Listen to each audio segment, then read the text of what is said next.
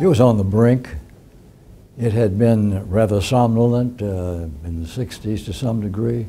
And when I say it was on the brink, I meant that we were on the verge of an inflationary spiral that went on through the 70s. And we were on the brink of that at the time. Business was really very good for the buyers and the sellers. But we really were faced with, and not realizing it, an inflationary price bubble that, you know what happened to it in the 80s. Well, I think there were two. One of them for the benefit of realtors and the other one for the benefit of the public. In 1968, the Civil Rights Act was passed, and there was a big rush on to be sure that we did not have any of the riots or anything like they had in other parts of the world. Unfortunately, there was one real estate agent, not a member of the Houston Board of Realtors, who found an opportunity there by selling to African Americans. And as soon as she did, she went to the Caucasians and said, "You'd better sell quick because a black has moved in." And this was in Riverside Terrace, one of the loveliest subdivisions in all of Houston, rivaled River Oaks. And panic set in. And how did that affect us? Well, it didn't take us long to realize that it wasn't the African Americans moving in that was depressing the prices, sending them into depths we had never seen. It was the white flight out. So what we did was go to Tom Morton, the then executive officer of the board, and I as the president. We went to the Riverside and other property owners associations and explained to them what was occurring, and that the only way they could protect their, or the best way they could protect their equity was to stay where they are. That was hard for us agents maybe to say that, but the best advice we could give was, don't flee. Your value will come back, and of course it has. The second thing was a movement from what in retrospect was a very primitive process. The multiple listing service was made up of a series of pages that was about that thick, and each page was about half the page of a letter-sized stationery, business stationery. And every Friday, a messenger would arrive at the realtor's office with a stack of papers about like that, and it would contain the changes in the existing listings as well as all of the new ones. And then you went through that loose leaf book, taking out and putting in, and it was an arduous waste of time. So one day, Tom Morton said, there's something out called a computer printed book, and we can do everything we do in it except every Friday we throw the books away and you get a new computer printed book. The pictures, everything was there just like it had been. Well, you would have thought we'd set fire to the building. I don't think realtors like change that much.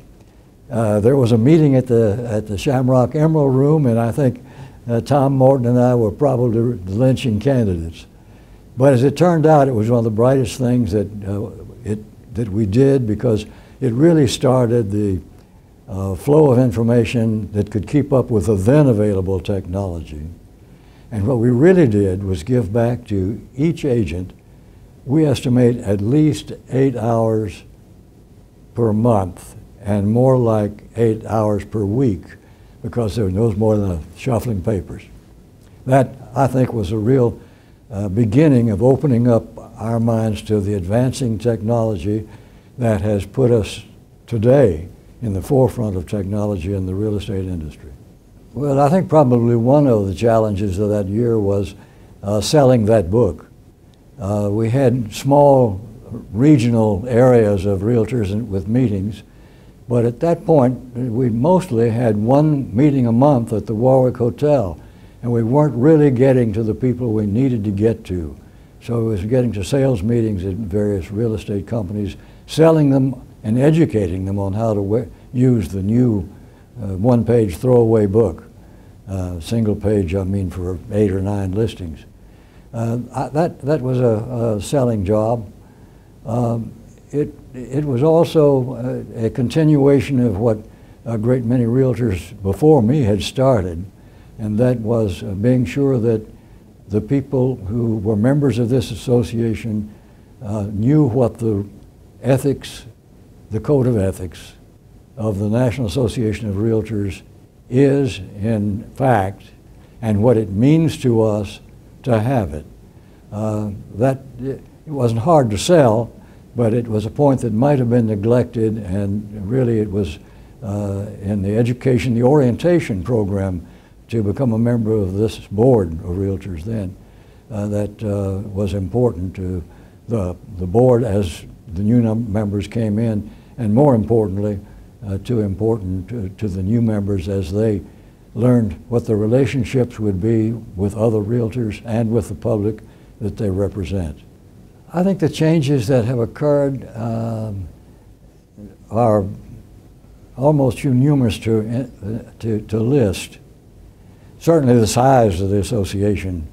We were less than 10,000 members, probably around 7,500 or fewer in 1970. And to be where we are today at 24,000, something like that. Size. But with size comes problems. And the board, now the association, has been foremost in our profession in seeing the problems, anticipating them, and facing them with solutions that serve the membership as well as the public that we serve as realtors. Obviously, the biggest change, I think, might be technology itself. What occurs now to me is that I'm thankful I'm not starting over and having to learn how to do all of that with computers, Blackberries, and any of those things. Just buying a plain, simple, ordinary cell phone is hard enough to find now, and that's all I need. But I know so many of the members, younger people, and some older as well, who have taken to the technology like a duck to water, and they are involved in the highest use. Let me put it this way, an appraisal term: highest and best use of technology to the benefit of the people they serve. And I don't know how much time it's saving them, but it's made life interesting for them and has made them a great deal more professional and a great deal more effective in the marketplace. That's the technology, probably the biggest change in that period of time. Well, that goes back in a sense to your earlier question about changes from what it was like in 1970.